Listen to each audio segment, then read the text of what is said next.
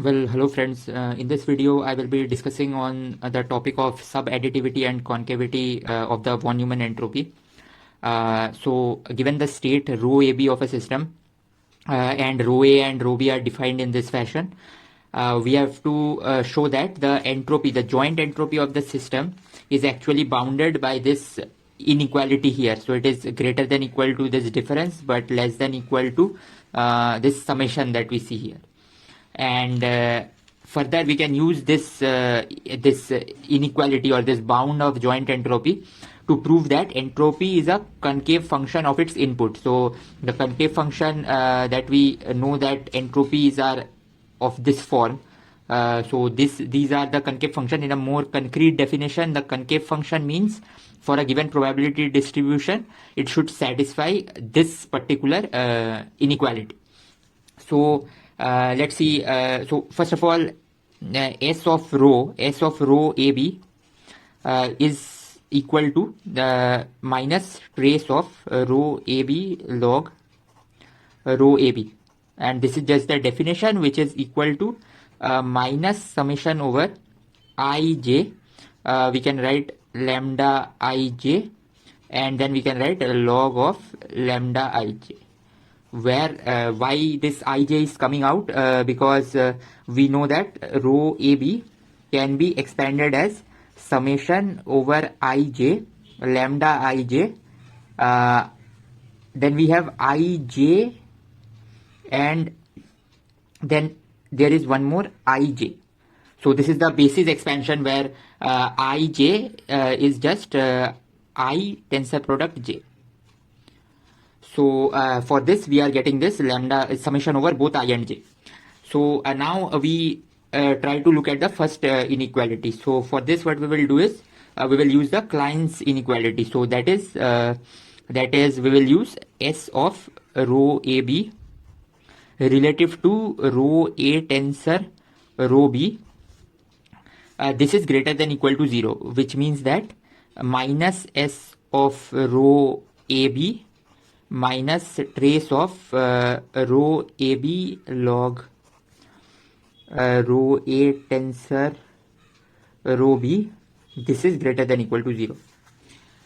So now what we can do is, once we have this form, now we can try to write this part in a better way, this second part. So let's focus on this part.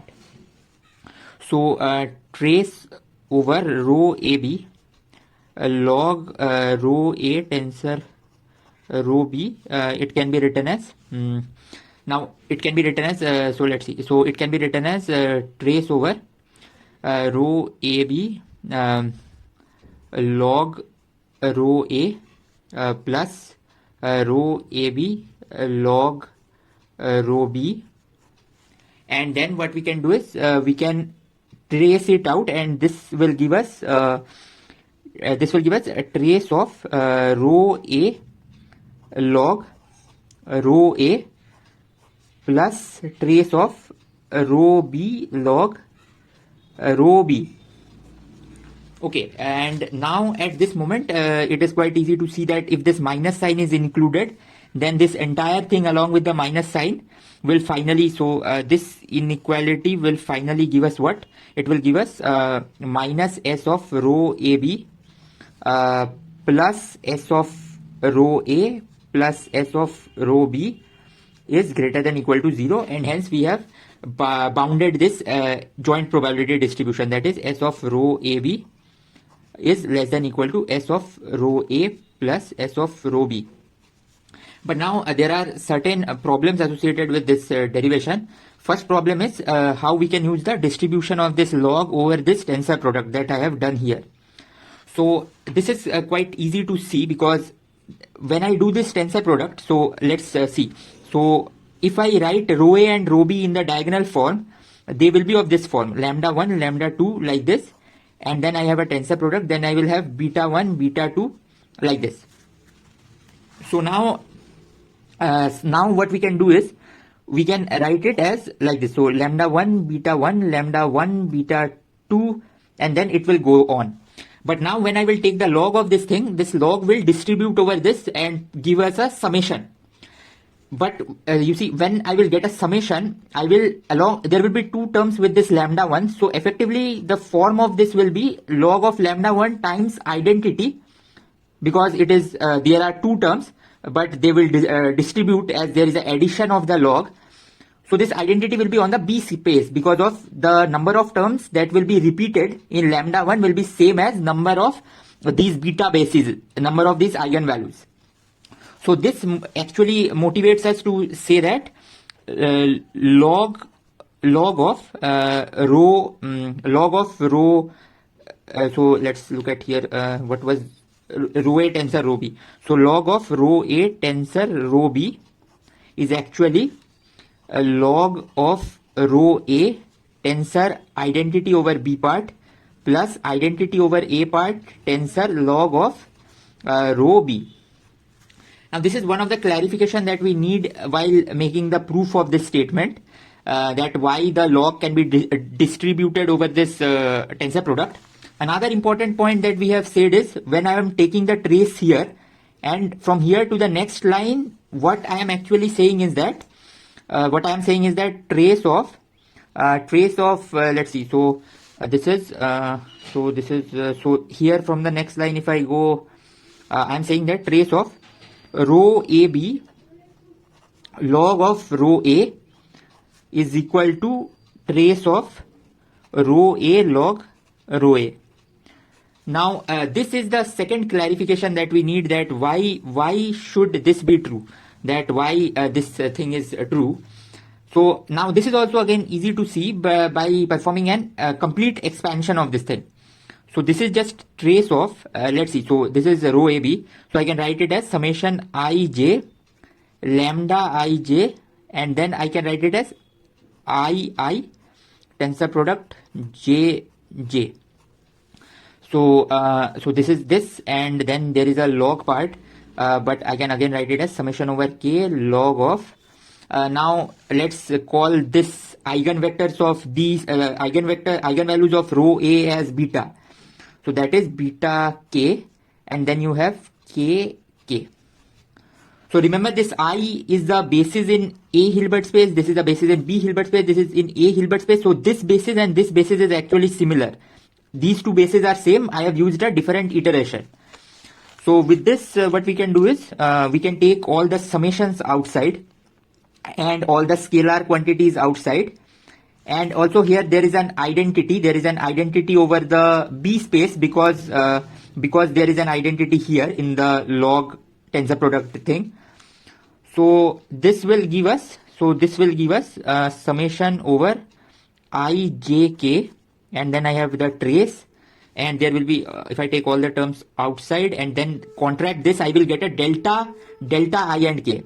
So if I get a delta I and k, then that will kill this k. So finally what I will get is trace of,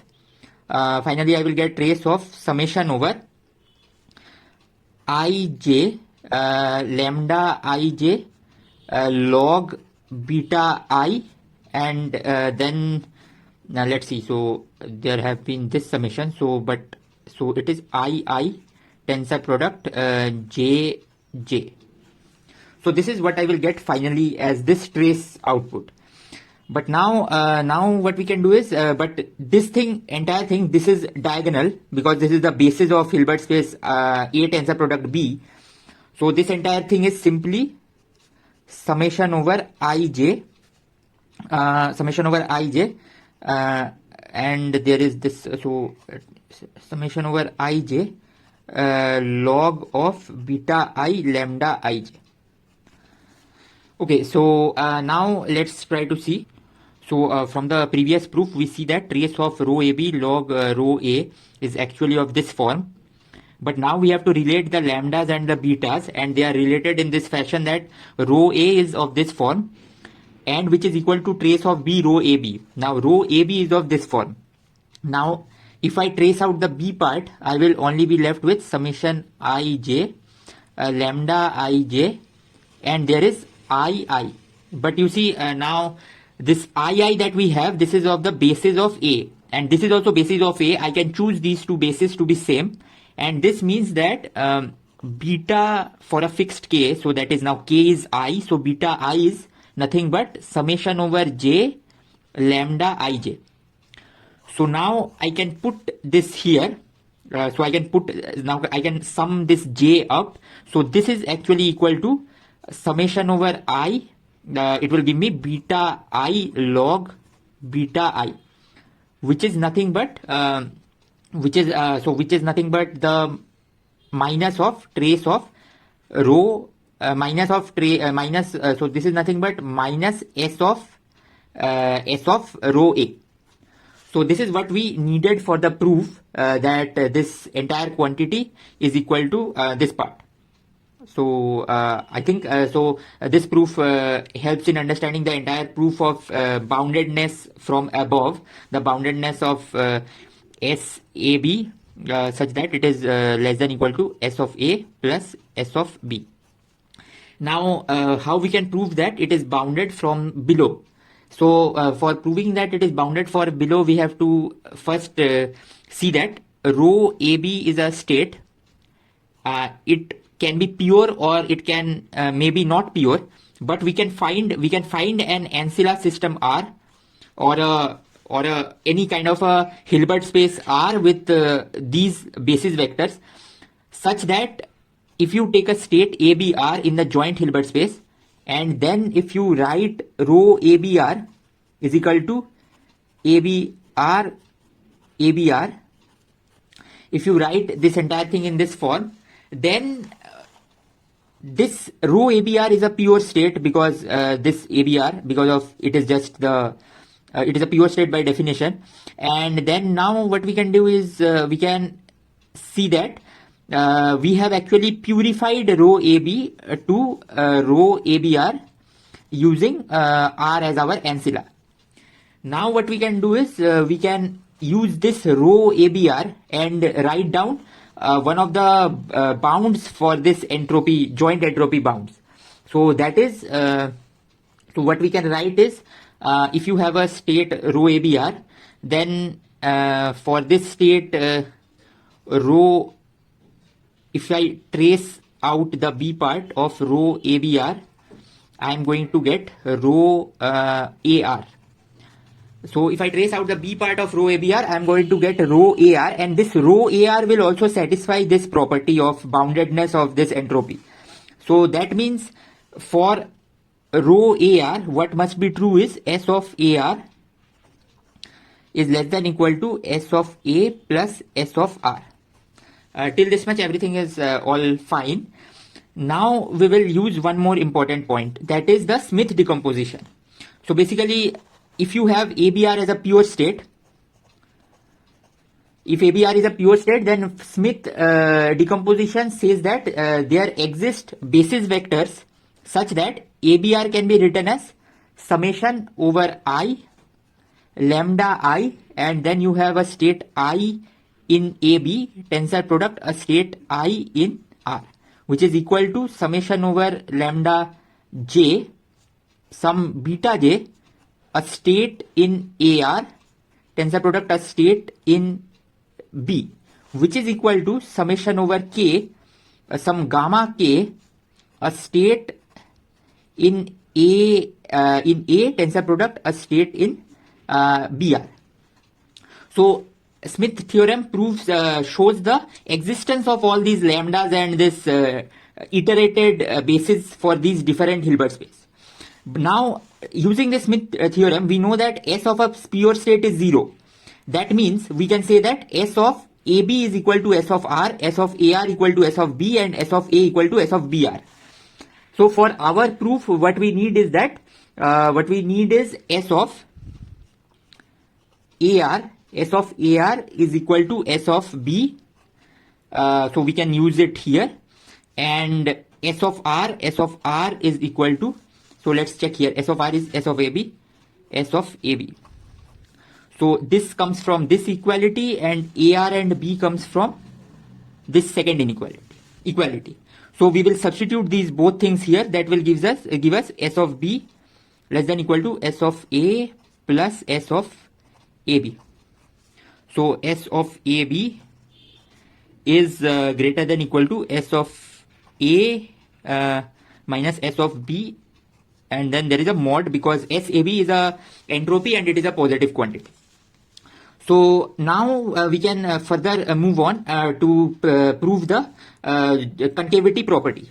So for the concavity property, we will again use a trick, and that trick is, so we have to prove that S of summation over I pi rho I is greater than equal to summation over I pi S of rho I. So the trick that we will be using is, we will define a system AB of this form: summation over I pi rho I tensor I, such that this is the part of A, this is the part of B, and this is an orthonormal basis in B. Now this form is very similar to a form that we have discussed in the previous video while seeing the joint entropy theorem. So now we will be using that part. So let's see. So S of rho A is tracing the B part. So that means tracing this part means this part. So that is S of summation over I pi rho I. So this is S of A. And S of B, which is S of rho B, which is tracing out the A part, but these density matrices satisfy trace equal to 1 criteria. And then we will be left with this part. So that is simply minus summation over I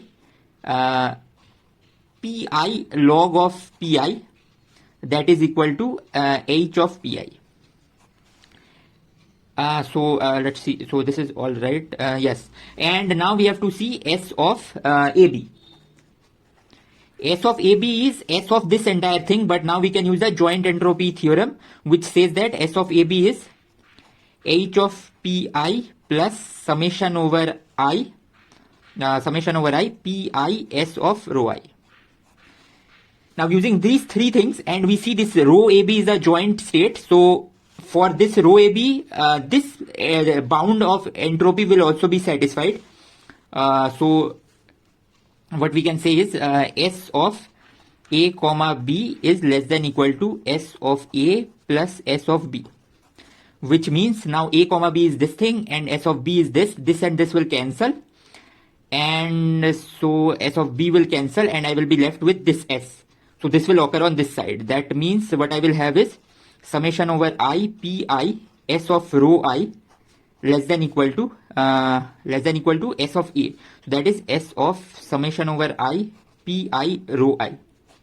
So and see, hence we have actually proved the concavity formula. So at this moment we have seen that what is the concavity formula, and we have also seen the fact that this joint entropy SAB is bounded from above by SA plus SB and from below by SA minus SB. So that's all for this video. I hope this video made it clear the bound of this joint entropy. So